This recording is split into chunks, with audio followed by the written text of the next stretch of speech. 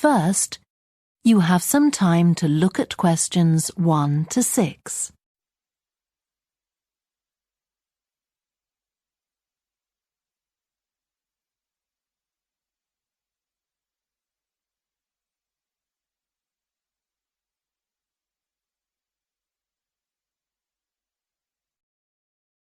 Now we shall begin. You should answer the questions as you listen, because you will not hear the recording a second time. Listen carefully and answer questions 1 to 6. Hello? Oh, hello. I wanted to inquire about hiring a room in the village hall for the evening of September the 1st. Let me just see. Yes, we have both rooms available that evening. There's our main hall, that's got seating for 200 people. Or there's the Charlton room. Sorry? The Charlton room. CHARLTON.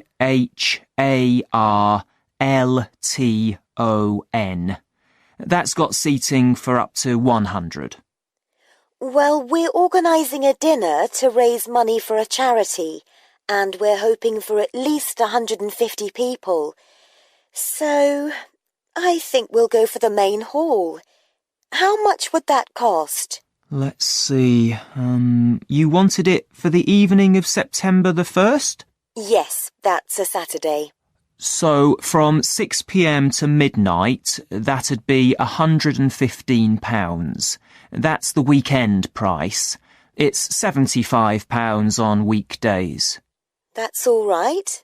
And I have to tell you, there's also a deposit of £250, which is returnable, of course, as long as there's no damage. But we do insist that this is paid in cash. We don't take cards for that. You can pay the actual rent of the room however you like, though. Cash, credit card, cheque. Oh, well, I suppose that's okay. So, does the charge include use of tables and chairs and so on? Oh, yes. And what about parking? Yeah, that's all included. The only thing that isn't included is, you said you were organising a dinner? Yeah. Well, you'll have to pay extra for the kitchen if you want to use that. It's £25. It's got very good facilities, good quality cookers and fridges and so on. OK. Well, I suppose that's all right. We can cover the cost in our entry charges. Right, so I'll make a note of that. Now, there are just 1 or 2 things you need to think about before the event. For example, you'll have to see about getting a licence if you're planning to have any music during the meal. Oh, really? It's quite straightforward. I'll give you the details later on. And about a week or 10 days before your event, you'll need to contact the caretaker, that's Mr. Evans, to make the arrangements for entry. He'll sort that out with you. And do I give him the payment as well? No, you do that directly with me. Before you hear the rest of the conversation, you have some time to look at questions 7 to 10.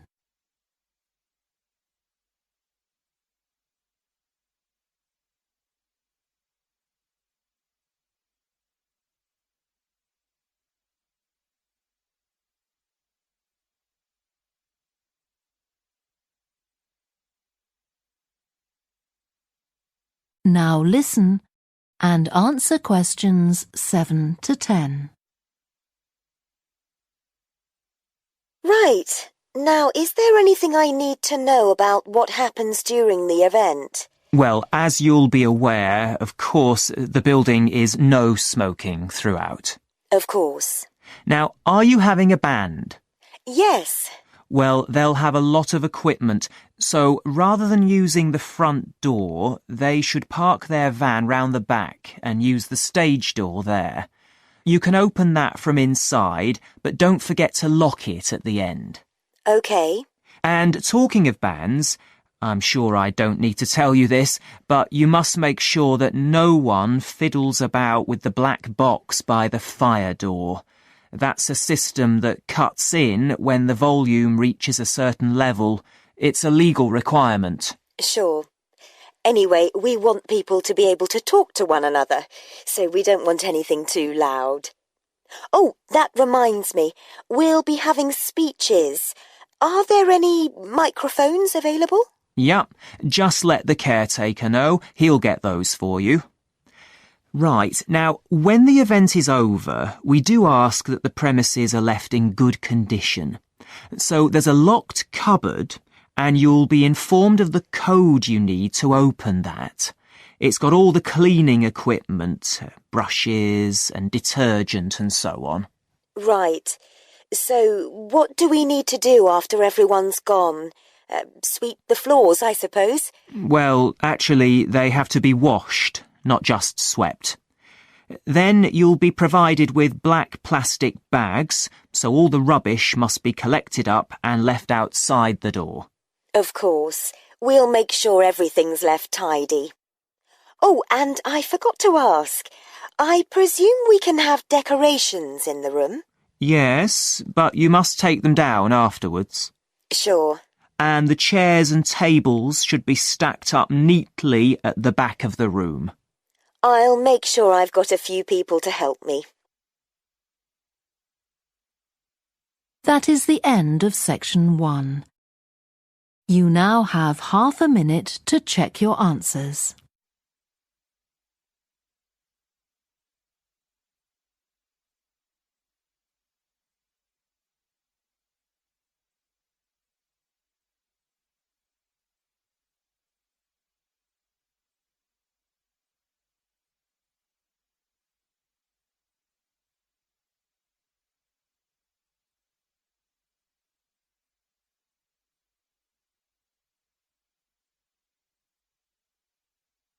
Now turn to section 2. Section 2. You will hear a guide talking to a group of visitors to a farm. First, you have some time to look at questions 11 to 14.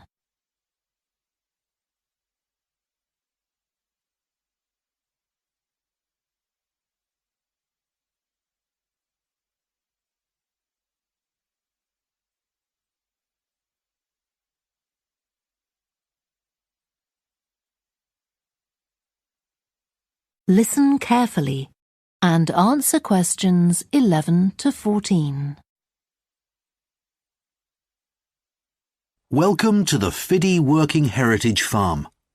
This open-air museum gives you the experience of agriculture and rural life in the English countryside at the end of the 19th century. So you'll see a typical farm of that period, and like me, all the staff are dressed in clothes of that time.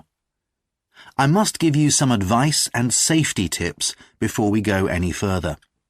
As it's a working farm, please don't frighten or injure the animals. We have a lot here, and many of them are breeds that are now quite rare.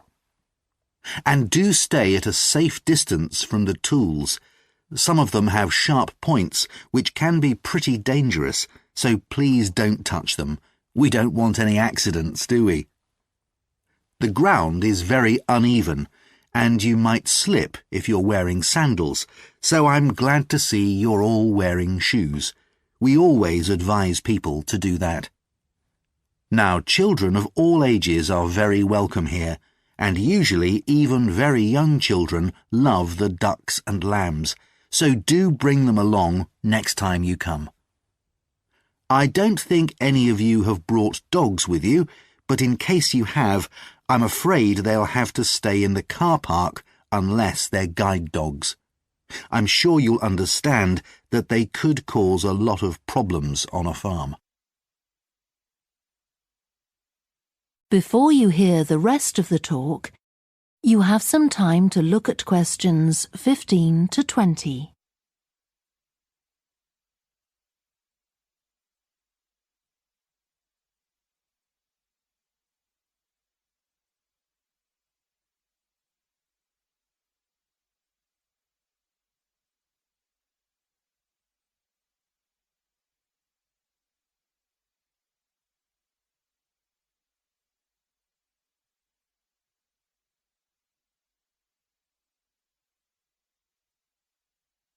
Now listen and answer questions 15 to 20.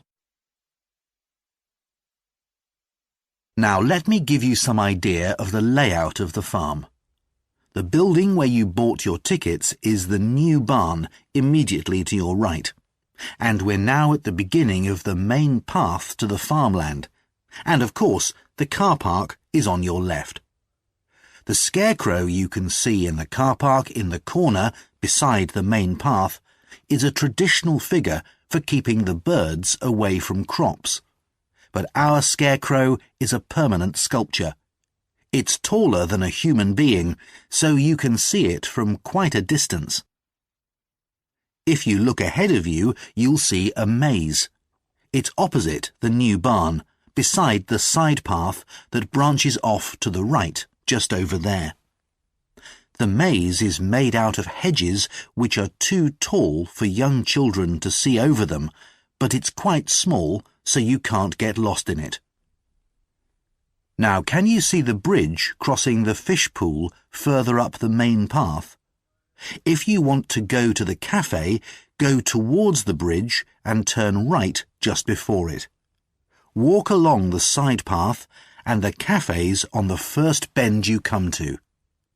The building was originally the schoolhouse, and it's well over 100 years old.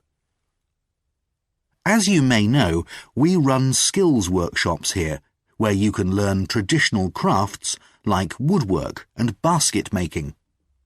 You can see examples of the work and talk to someone about the courses in the Black Barn. If you take the side path to the right, here, just by the new barn, you'll come to the Black Barn, just where the path first bends. Now, I mustn't forget to tell you about picnicking, as I can see some of you have brought your lunch with you.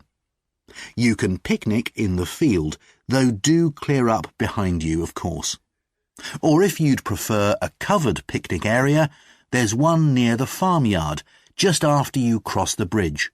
There's a covered picnic spot on the right. And the last thing to mention is Fiddy House itself. From here you can cross the bridge, then walk along the footpath through the field to the left of the farmyard. That goes to the house, and it'll give you a lovely view of it. It's certainly worth a few photographs, but as it's a private home, I'm afraid you can't go inside. Right, well, if you're all ready, we'll set off on our tour of the farm. That is the end of section 2. You now have half a minute to check your answers.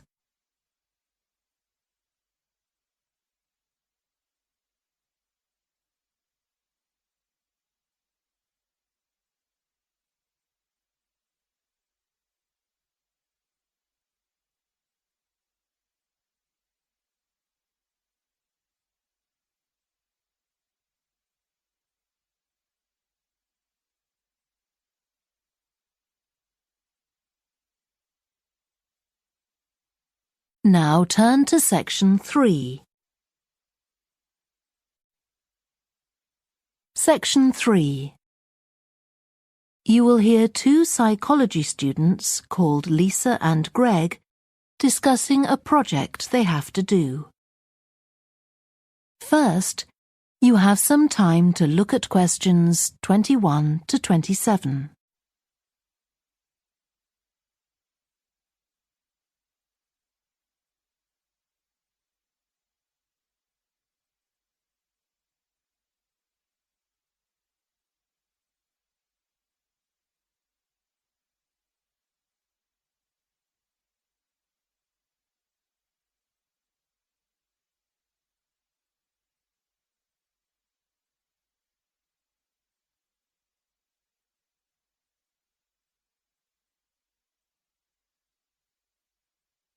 Now listen carefully and answer questions 21 to 27. OK, Greg, so I finally managed to read the article you mentioned, the one about the study on gender in physics. About the study of college students done by Akira Miyake and his team. Yeah, I was interested that the researchers were actually a mix of psychologists and physicists.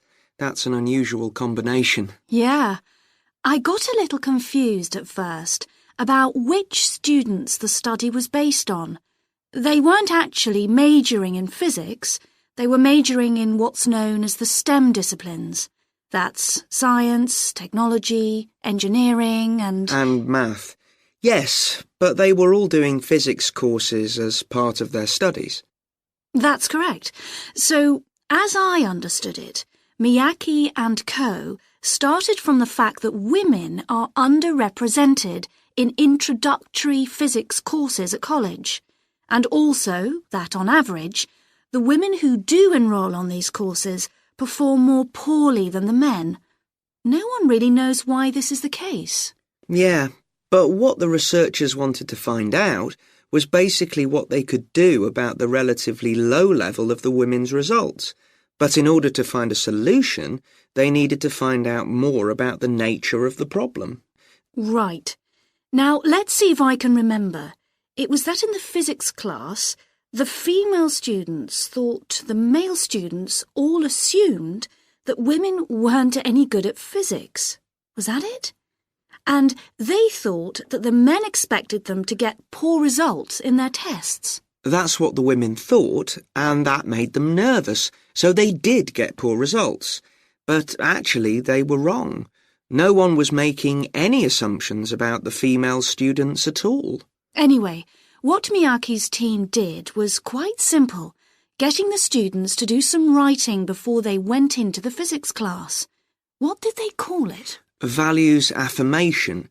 They had to write an essay focusing on things that were significant to them, not particularly to do with the subject they were studying, but more general things like music or people who mattered to them. Right. So the idea of doing the writing is that this gets the students thinking in a positive way. And putting these thoughts into words can relax them and help them overcome the psychological factors that lead to poor performance. Yeah.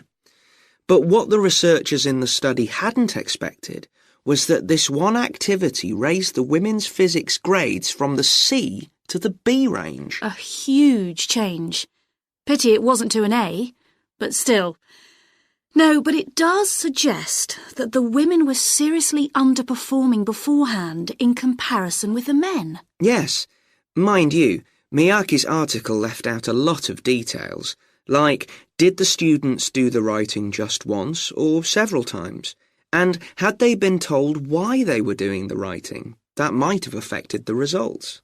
You mean if they know the researchers thought it might help them to improve, then they just try to fulfill that expectation? Exactly. Before you hear the rest of the discussion, you have some time to look at questions 28 to 30.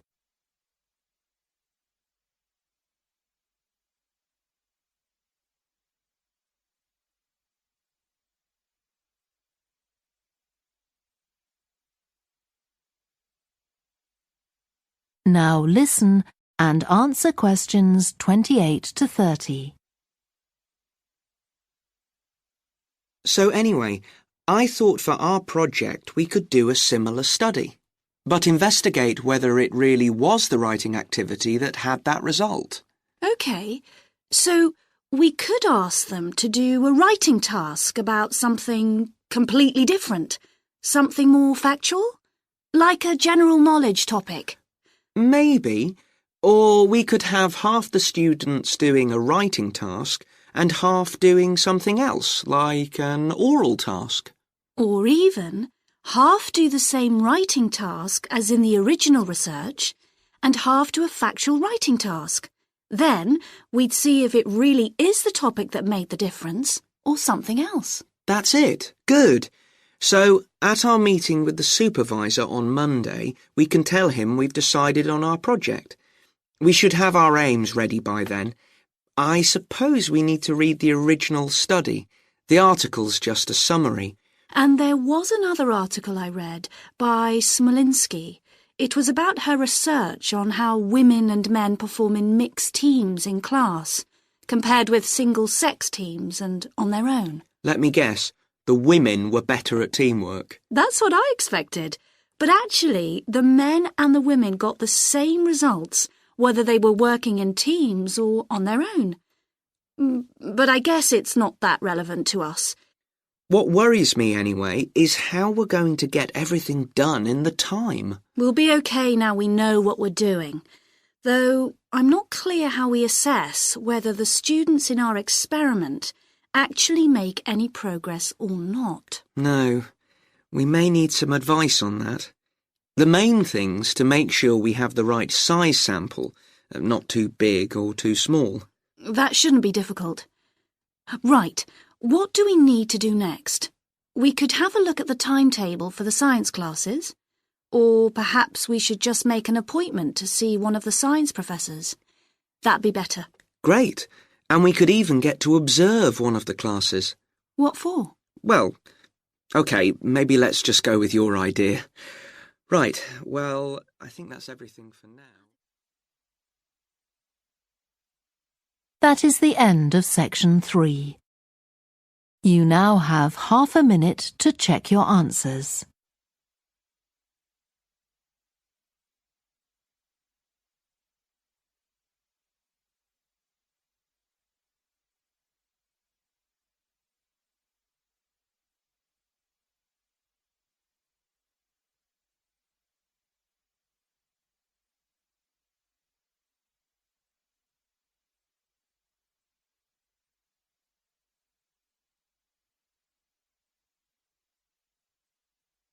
Now turn to section 4. Section 4. You will hear part of a student presentation about the variety of different species that live in the world's oceans. First, you have some time to look at questions 31 to 40.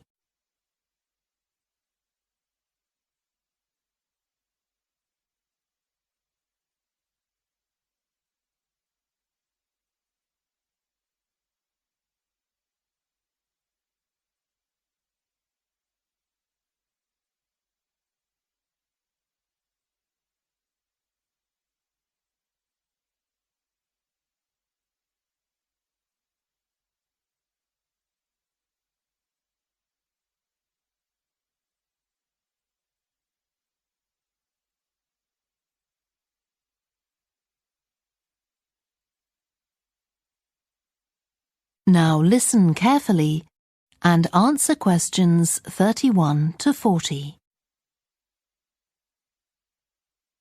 I've been looking at ocean biodiversity. That's the diversity of species that live in the world's oceans. About 20 years ago, biologists developed the idea of what they called biodiversity hotspots. These are the areas which have the greatest mixture of species. So one example is Madagascar. These hotspots are significant because they allow us to locate key areas for focusing efforts at conservation. Biologists can identify hotspots on land fairly easily, but until recently, very little was known about species distribution and diversity in the oceans, and no one even knew if hotspots existed there. Then a Canadian biologist called Boris Worm did some research in 2005 on data on ocean species that he got from the fishing industry. Worm located 5 hotspots for large ocean predators, like sharks, and looked at what they had in common. The main thing he'd expected to find was that they had very high concentrations of food, but to his surprise, that was only true for 4 of the hotspots. The remaining hotspot was quite badly off in that regard. But what he did find was that in all cases, the water at the surface of the ocean had relatively high temperatures, even when it was cool at greater depths. So this seemed to be a factor in supporting a diverse range of these large predators. However, this wasn't enough on its own, because he also found that the water needed to have enough oxygen in it. So these two factors seemed necessary to support the high metabolic rate of these large fish. A couple of years later, in 2007, a researcher called Lisa Balance, who was working in California, also started looking for ocean hotspots, but not for fish. What she was interested in was marine mammals, things like seals. And she found 3 places in the oceans which were hotspots, and what these had in common was that these hotspots were all located at boundaries between ocean currents. And this seems to be the sort of place that has lots of the plankton that some of these species feed on. So now people who want to protect the species that are endangered need to get as much information as possible. For example, there's an international project called the Census of Marine Life. They've been surveying oceans all over the world, including the Arctic. One thing they found there, which stunned other researchers, was that there were large numbers of species which live below the ice, sometimes under a layer up to 20 meters thick. Some of these species had never been seen before. They've even found species of octopus living in these conditions. And other scientists working on the same project but researching very different habitats on the ocean floor have found large numbers of species congregating around volcanoes, attracted to them by the warmth and nutrients there.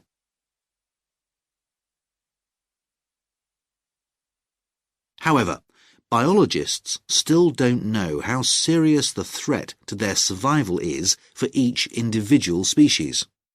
So a body called the Global Marine Species Assessment is now creating a list of endangered species on land, so they consider things like the size of the population, how many members of one species there are in a particular place, and then they look at their distribution in geographical terms, although this is quite difficult when you're looking at fish because they're so mobile. And then thirdly, they calculate the rate at which the decline of the species is happening. So far, only 1,500 species have been assessed, but they want to increase this figure to 20,000. For each one they assess, they use the data they collect on that species to produce a map showing its distribution. Ultimately, they will be able to use these to figure out not only where most species are located, but also where they are most threatened. So, finally, what can be done to retain the diversity of species in the world's oceans? Firstly, we need to set up more reserves in our oceans, places where marine species are protected. We have some, but not enough. In addition, to preserve species such as leatherback turtles, which live out in the high seas but have their nesting sites on the American coast, we need to create corridors for migration, so they can get from one area to another safely. As well as this, action needs to be taken to lower the levels of fishing quotas to prevent overfishing of endangered species. And finally, there's the problem of bycatch. This refers to the catching of unwanted fish by fishing boats. They're returned to the sea, but they're often dead or dying. If these commercial fishing boats used equipment which was more selective so that only the fish wanted for consumption were caught, this problem could be overcome. OK, so does anyone have any questions about... That is the end of section 4. You now have half a minute to check your answers.